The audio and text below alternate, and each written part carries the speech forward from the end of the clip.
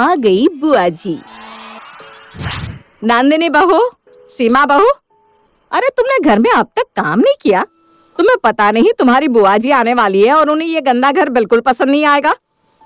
माँ जी, हम काम तो कर रहे हैं, बस होने ही वाला है। आज सुमित्रा के घर में अच्छे से साफ सफाई हो रही थी, क्योंकि सुमित्रा की दूर की ननद उनके घर कुछ दिन रहने जो आने वाली थी। लेकिन ये बुआ जी थी कौन? चलिए जानते हैं इस कहानी में। दीदी, आखिर कौन सी बुआ जी हमारे घर आ रही हैं? अरे पता नहीं सीमा, कौन सी बुआ जी आ रही हैं। मुझे तो इस घर में आए हुए 7 साल हो गए, लेकिन इन बुआ जी को तो मैंने आज तक कभी नहीं देखा। सीमा और नंदिनी आपस में बात कर रही थी, तभी उन दोनों की ये बात सुनते हुए सुमित्रा उनके पास आती है।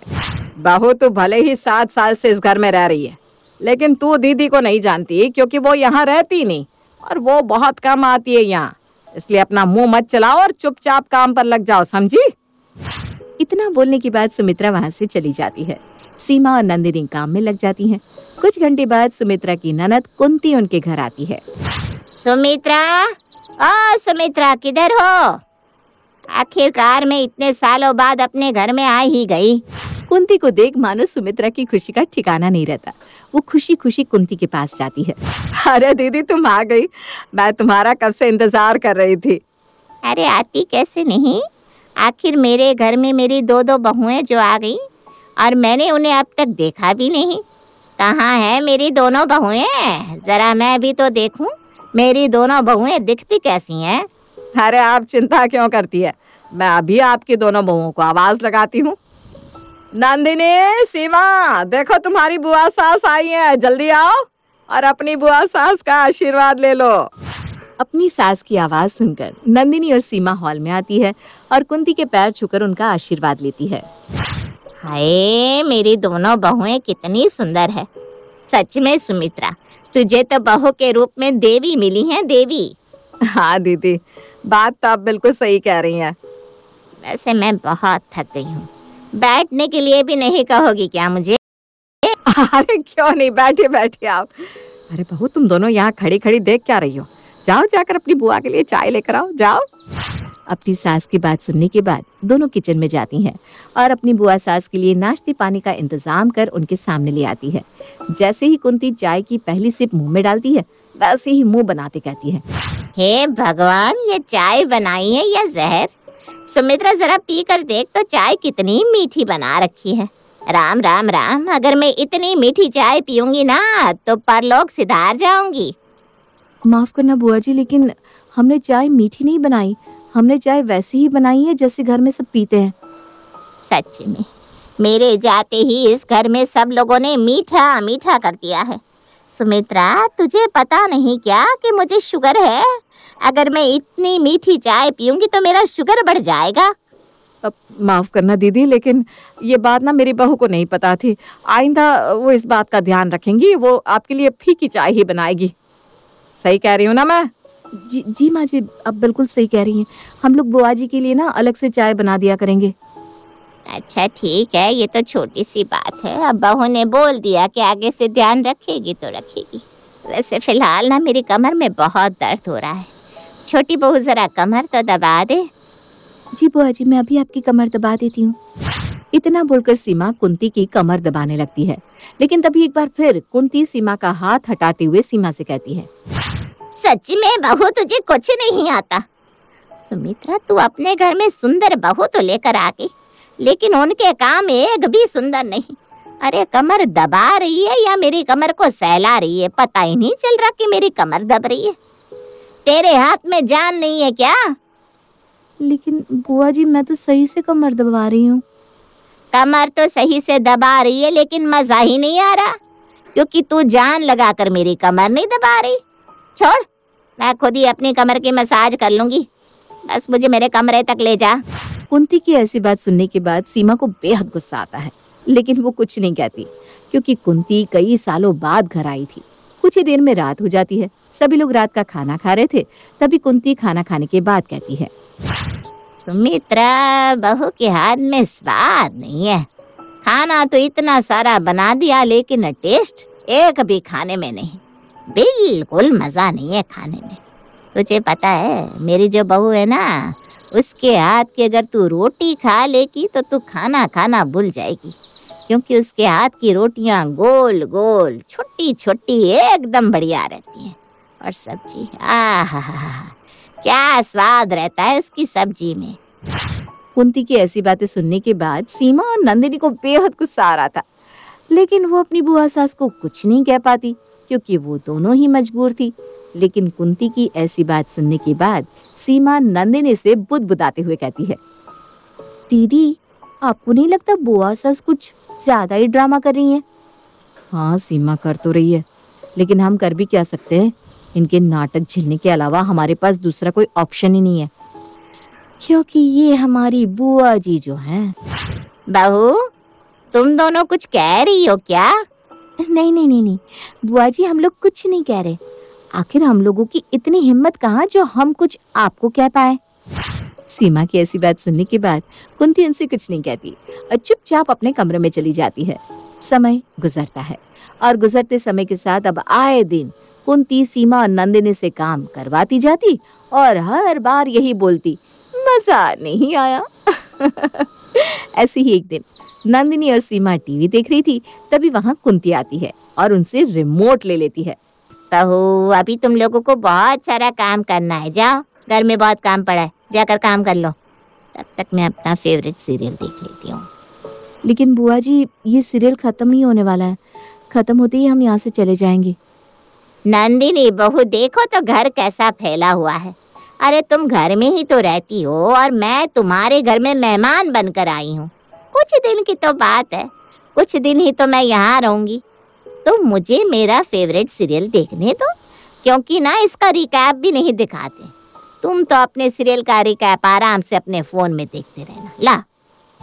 कुंती की बात सुनकर नंदिनी कुछ नहीं बोल पाती और चुपचाप पैरों को पटकते हुए वहां से चली जाती है। लेकिन सीमा अभी वहीं बैठी थी, क्योंकि सीमा भीड़ बनकर वहीं बैठी अपनी बुआ सास के साथ टीवी देख रही थी। तभी कुंती उससे भी वहां से भेजने के लिए प्लानिंग करती है। सीमा बहू, तुम्हें नहीं लगता कि ये टीवी कुछ ज्यादा ही पुराना है? हैं? मेरा मतलब है, देखो ना, इसका रिमोट भी सही से काम नहीं कर रहा। तुम्हें पता है, बड़ा टीवी होता है तो उसमें बड़ा मजा आता है। ये तुम्हारा छोटा सा टीवी तुम्हें अजीब नहीं लगता है? मतलब कैसे कैसे मजा आता होगा इस टीवी में? मेरी मानो तो तुम भी एक बड़ा टीवी ले आओ। लेकिन बुआ जी, बड़ा टीवी लाने के लिए पैसे भी तो बड़े ज्यादा होने चाहिए ना। अभी हम लोगों के पास इतने पैसे नहीं है जो हम बड़ा टीवी लेकर आ सके। और वैसे भी हमारे पास जो चीज है, हम तो उसी में खुश है। वो कहावत तो आपने सुनी ही होगी, जितनी चादर हो उतने ही पैर फैलाने चाहिए। ज्यादा पैर फैलाने से चादर फट भी सकती है। बहू, तुझे नहीं लगता कुछ ज्यादा ही जुबान चल रही है तेरी? हैं? तुझे सिखाया नहीं कि किस तरह अपने बड़ों से बात की जाती है? बुआ जी, मेरे मायके वालों ने तो मुझे बहुत कुछ सिखाया है, लेकिन क्या करूं, वो टैलेंट मुझे यहाँ दिखाने का मौका नहीं मिलता। ये भगवान, देखो कितनी बदतमीजी से बात कर रही है। सुमित्रा, अरे ओ सुमित्रा, जरा बाहर तो आ, और बाहर आकर अपनी बहू की जुबान तो सुन। अरे इसको ये नहीं पता कि अपनी बुआ सास से किस तरह बात की जाती है। कुंती का शोर सुनकर सुमित्रा बाहर आती है और कुंती से सारी बात पूछती है। सारी बात जानने के बाद सुमित्रा सीमा को ही उल्टा बोलती है। बहू, तुझे तमीज नहीं है किस तरह से बात की जाती है? माँ जी माफ करना, लेकिन बुआ जी कम नहीं है, वो इस घर में लड़ाई लगवा रही हैं। और एक आप है कि आप बुआ जी की गलतियाँ देखती नहीं है, हर वक्त आपको बहू ही गलत दिखती है। देख रही है सुमित्रा, तेरी बहू की जुबान कैसे कैंची की तरह चल रही है। देख, तेरे दोनों बेटे जब आएंगे ना, तो मैं उन दोनों से तेरी बहुओं की शिकायत लगाऊंगी और उनको ये बताऊंगी कि उन दोनों की पत्नी कितनी बदतमीज है। हाँ हाँ, लगा दीजिएगा, मैं भी डरती नहीं हूँ। जब मैं गलत नहीं हूँ तो मैं कभी किसी की सुनूंगी भी नहीं। इतना बोलकर सीमा अपनी आंखों में आंसू लिए वहां से चली जाती है। समय गुजरता है और गुजरते समय के साथ उसके घर में अब हर कोई कुंती से परेशान रहने लगा था, क्योंकि आए दिन कुंती किसी न किसी को कोई ना कोई काम कर परेशान करने लगती है। ऐसे ही एक दिन कुंती नंदिनी के पास जाती है और उससे कहती है, बहू, मैं क्या सोच रही थी कि आज रात में तेरे साथ ही सो जाऊं। वो क्या है ना, मुझे नींद नहीं आ रही तो सोचा तेरे साथ सोते वक्त थोड़ी बातचीत भी हो जाएगी और मैं तुझे पर्सनली समझने की कोशिश भी करूंगी। बुआ जी, आप मुझे समझने की कोशिश ना ही करें तो ज्यादा अच्छा है, क्योंकि मैं आपको अपने बारे में कुछ बताना ही नहीं चाहती। क्या हुआ बहू, किस सोच में पड़ गई तू? हैं? तू नहीं चाहती क्या कि मैं तेरे साथ सोऊं? अरे नहीं नहीं बुआ जी, आप ये कैसी बात कर रही हैं? ऐसी कोई बात नहीं है। देख बहू, अगर तुझे भी मुझसे परेशानी है तो मुझे बता सकती है। मैं तुझे परेशान करने के लिए यहाँ नहीं सोऊंगी, चली जाऊंगी अपने कमरे में। अरे नहीं नहीं बुआ जी, ऐसी कोई बात नहीं है। आप ऐसा क्यों सोच रही हैं? मुझे आपसे कोई परेशानी नहीं है। भला मुझे आपसे क्या दिक्कत होगी? आइए, आप भी मेरे साथ बेड पर सो जाइए। नंदिनी की बात सुनने के बाद कुंती उसके बेड पर सोने जाती है और जैसे ही वो बेड पर लेटती है वो उठकर बैठ जाती है। नंदिनी बहू, तुझे नहीं लगता ये गद्दा कुछ ज्यादा ही हल्का है? मतलब इस गद्दे में बिल्कुल भी मजा नहीं आ रहा, जरा भी लचक नहीं है इस गद्दे में। ऐसा लग रहा है गद्दे पर नहीं किसी ठोस चीज पर बैठी हूँ मैं। ये गद्दा तो अपने मायके से लेकर आई थी या फिर तुझे ये सुमित्रा ने दिलाया है? बुआ जी, ये तो मुझे मम्मी जी ने ही दिलाया है यहीं पर। वो क्या है ना, मेरे मायके से बिस्तर वगैरह नहीं आए थे। हम थोड़े गरीब फैमिली से बिलोंग करते ना, इसलिए मेरे माँ बाप ने फ्री में ही शादी कर दी। हे भगवान, सुमित्रा की इतनी गंदी पसंद हो सकती है, मैंने तो कभी सपने में नहीं सोचा था। बुआ जी, ये गंदी पसंद से आपका मतलब इस गद्दे से है या फिर मुझसे? अरे बहू, मैं तो गद्दे की बात कर रही हूँ ना कि तेरी। इतना बोलकर दोनों सो जाती हैं। अगले दिन नंदिनी अपनी सास सुमित्रा के पास जाती है। मम्मी जी, अगर आप फ्री हैं तो मुझसे थोड़ी देर बात कर सकती हैं? हाँ हाँ बहू, क्यों नहीं, बताओ क्या बात है। माँ जी, वो मुझे बुआ जी के बारे में कुछ बात करनी थी। नंदिनी ये बात बोल ही रही थी कि कुंती वहां आ जाती है और उसे टोकते हुए कहती है, नंदिनी बहू, तुझे भी मेरे बारे में बात करनी है? आओ आओ, बताओ क्या बात करनी है। हे भगवान, अब बुआ जी यहाँ क्यों आ गई? मैं तो यहाँ मम्मी जी से उनकी ही बुराई करने आई थी, लेकिन ये तो यहाँ पे टपक गई। बुआ जी, मैं तो बस आपकी यहाँ तारीफ करने आई थी, क्योंकि आप जब से यहाँ आई है ना, हमें टाइम पर काम करने की आदत हो गई है। बात तो बहू बिल्कुल सही कह रही है। जब से दीदी यहाँ आई है तब से मेरी दोनों बहुएं समय से काम करने लग गई है। दीदी, आपका बहुत बहुत शुक्रिया। अरे, इसमें शुक्रिया करने वाली क्या बात है। मैं तो जहाँ भी जाती हूँ ना, वहाँ सब कुछ टाइम पर अपने आप होने लगता है। अब मेरी बहू को ही देख लो। मेरी बहू भी ना पहले तेरे बहू के जैसी ही आलसी थी, पर अब हर चीज समय से करने लग गई है। हाँ, समय से करेगी भी क्यों नहीं, आखिर आप उसकी गर्दन पर सवार जो रहती होंगी।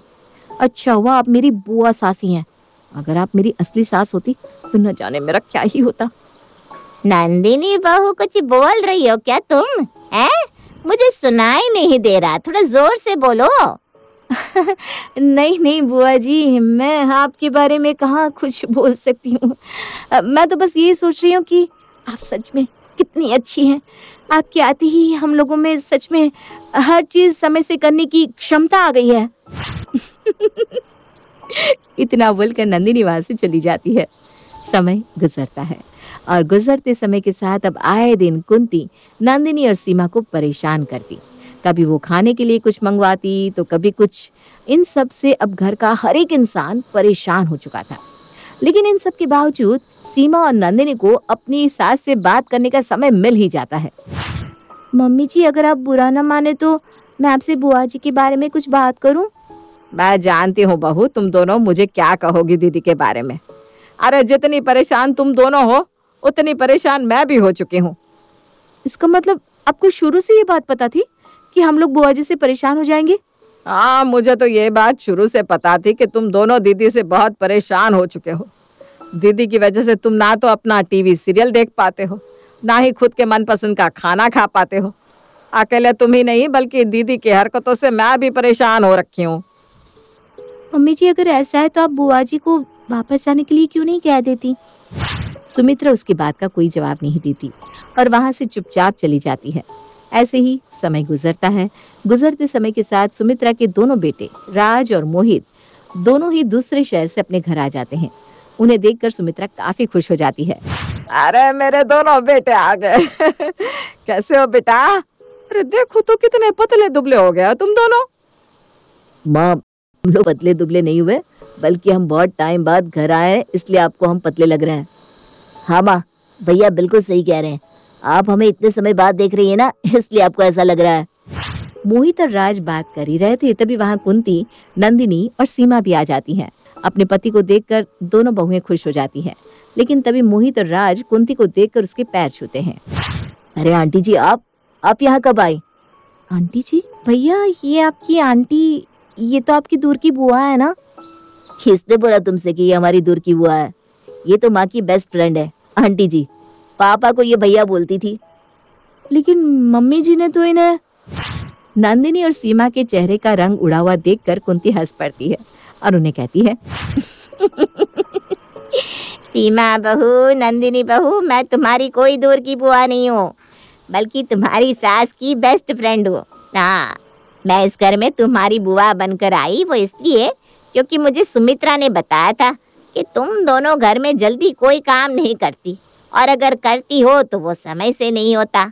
काम चोरी तुम दोनों में बहुत आ गई थी।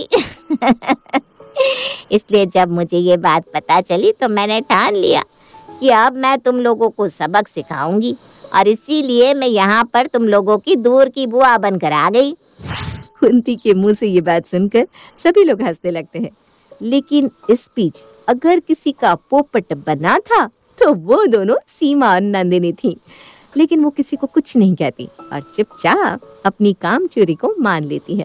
और इस तरह वो दोनों वादा करती हैं कि वो घर में दोबारा फिर कभी कोई भी काम चोरी नहीं दिखाएंगी। और इस तरह एक बार फिर से सब कुछ ठीक हो जाता है और कुंती भी अपने घर चली जाती है।